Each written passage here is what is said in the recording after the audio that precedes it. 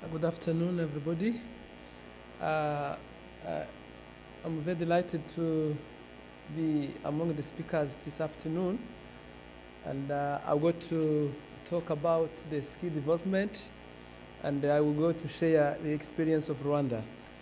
I think I have to tell you and give you a background about Rwanda before I share with you the experience of Rwanda in terms of as far as the skill development is concerned. Rwanda is a very small country in Africa, and as you know it very well, Africa has 53 countries, and we have 11 million people, and is among 10 smallest countries in Africa. And I think I have to tell you what Rwanda was before and what it is now, and then what is going to be in the near future. We had two colonialists. One is the German that started to colonize Rwanda since 1897 until 1914, and then Belgium took over from 1914 to 1962.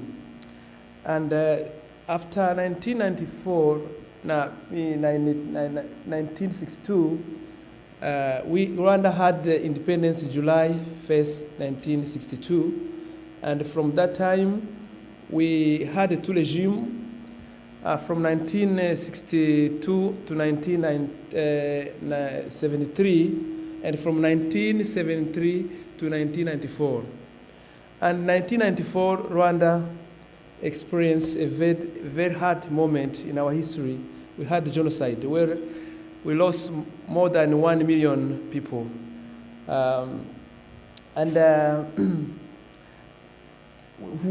They were massacred, were killed, and of course most of those people, many of them were intellectuals, the others had to flee and to go away. And as far as the education is concerned, Rwanda had what we call traditional Rwanda education, and that education was provided in families and what we call in Kinyarwanda, in our language, itorero. So people used to be together before the colonization. And basically it was informal, and there was no formal education. And when the colonialists came, and they introduced formalized training through schools.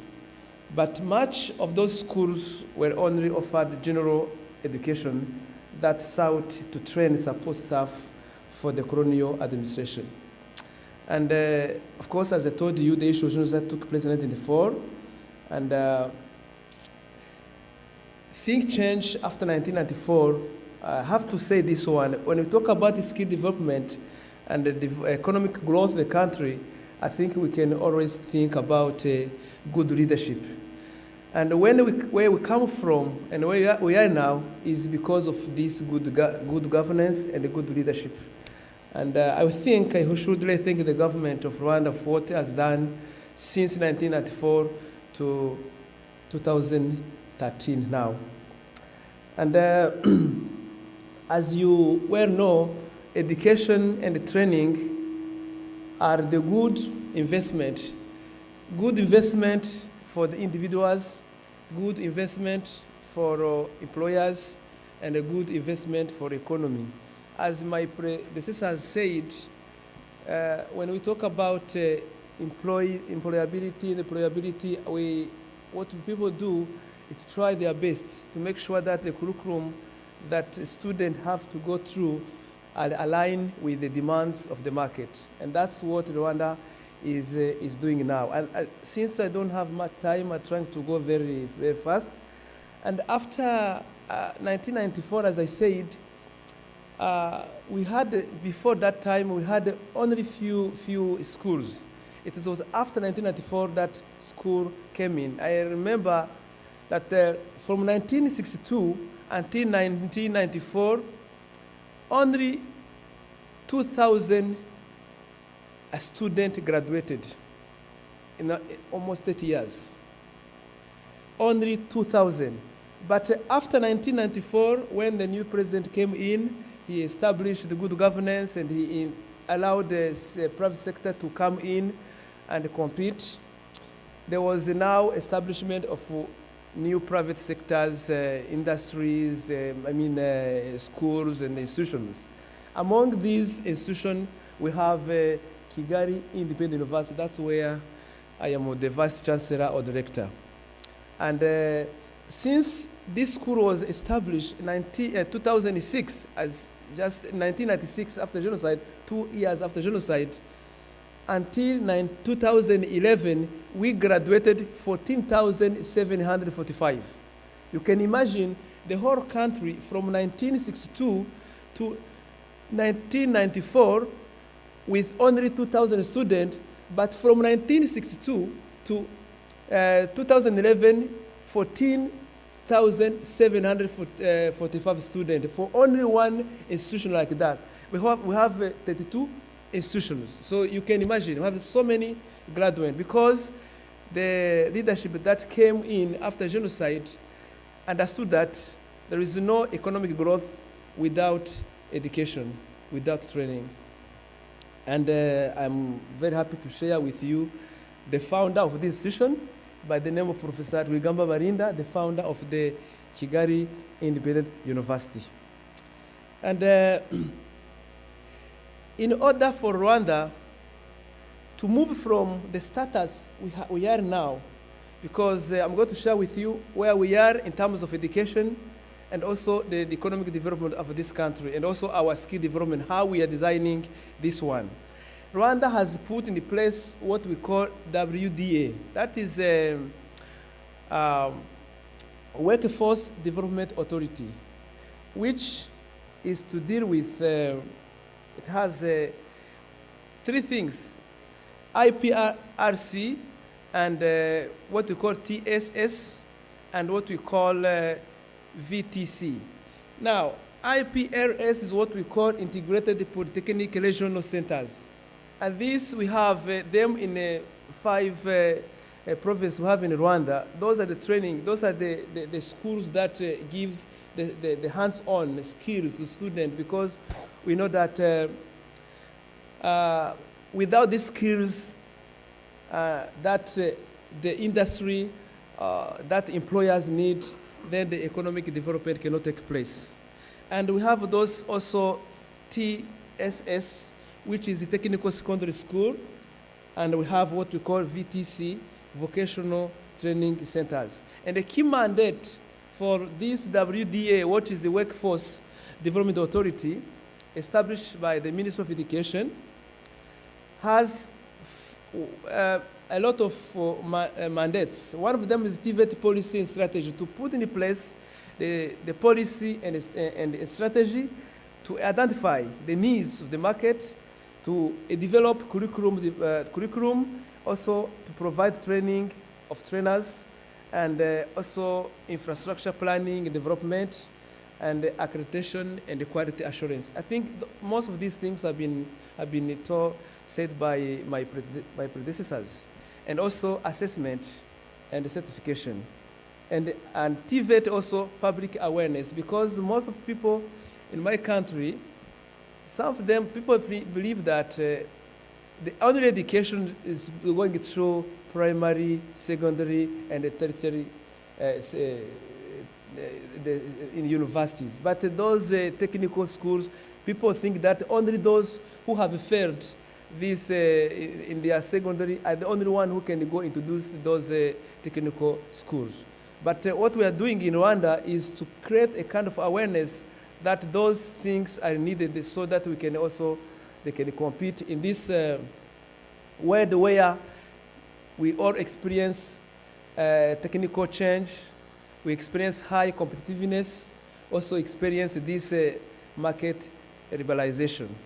And so our priority economic sectors, we talk about the hospitality and the tourism, and construction and building services, technical assembling and services, ICT, manufacturing, agriculture, and food processing, clean and sustainable energy, beauty and aesthetics, arts and crafts, mining and mineral processing, water resources management, and film making. Those are the areas where we focus, where usually there is a need of market or market needs. Now, as I told you, I can see Rwanda, this is the map of Rwanda, and for every province, we have 5 provinces, and every province, there is one school we put there about the technical schools, with senior, where we offer degree and also diplomas. And we have all TVET levels, innovation corners, training hotel, middle industry park, and production units. And this is what I talked about before, policy strategy. We have overall national TVET policy and also TVET strategy in the course operation plan. I know maybe I have still a few minutes, but I'm not going to talk through. But since I'm the last, maybe I think I'm given more time. Not because I'm selfish, but yeah, thank you. And the institutional capacity development, those are those 4 areas: policy assessment, strategy, institutional capacity development, school development, and the training and the partnership. Now, we have overall national TVET policy. We have also TVET strategy in the cost operation plan.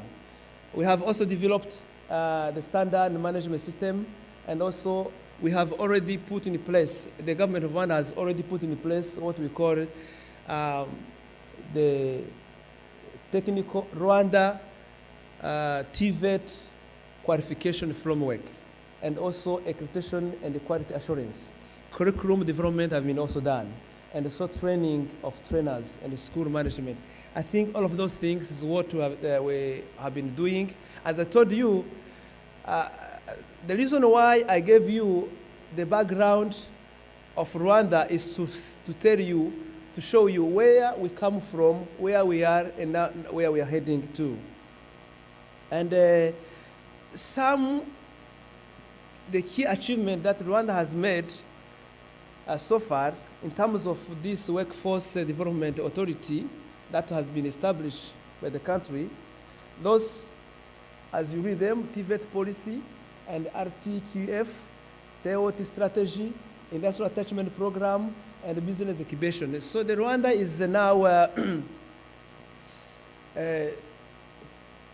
putting in and asking all the classes, all the institutions to put in place business incubation centers in order for our students who finish to have a background, the skills that can allow them to compete in the marketplace.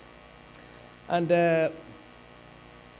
WDA, which is Workforce Development Authority, with this IPRC structure, approved a recruitment of staff. So far, 99% has been recruited, and the 22 and 24 CBT curriculum for VTC and TSSS, that's what I have explained before, are respectively have been also developed in the process. Can you see 110 TVET schools have been accredited, and 16,717 students from TSS were also assessed.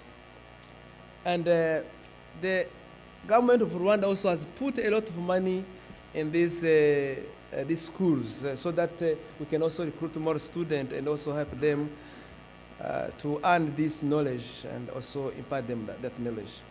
Now, 7 billion Rwanda francs. That will be a lot of money in terms of dollar. That will be maybe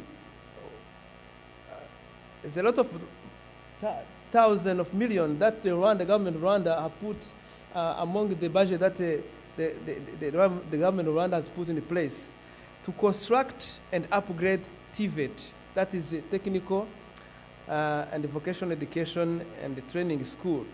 And also two business incubation centers have been also established, and also multimedia academy has been established. A hair tracing academy has been established. A hospitality academy has also been established. And the curriculum has been also been developed. So there are so many things that we have done. The training of trainers have been done, and those are the achievement that we have done so far. And I have to tell you that with 11 million, only 1.4 million people have education, who are employed. The remaining are just living by agriculture. And this agriculture is substantial. The cannot is not sustainable. So by now 2017, with this TVET, or this skill development that we engage in, we are now planning to have at least 50% of the whole population to have this employability, these employees that we have already trained them. And by 2020, we have what we call Rwanda 2020 vision.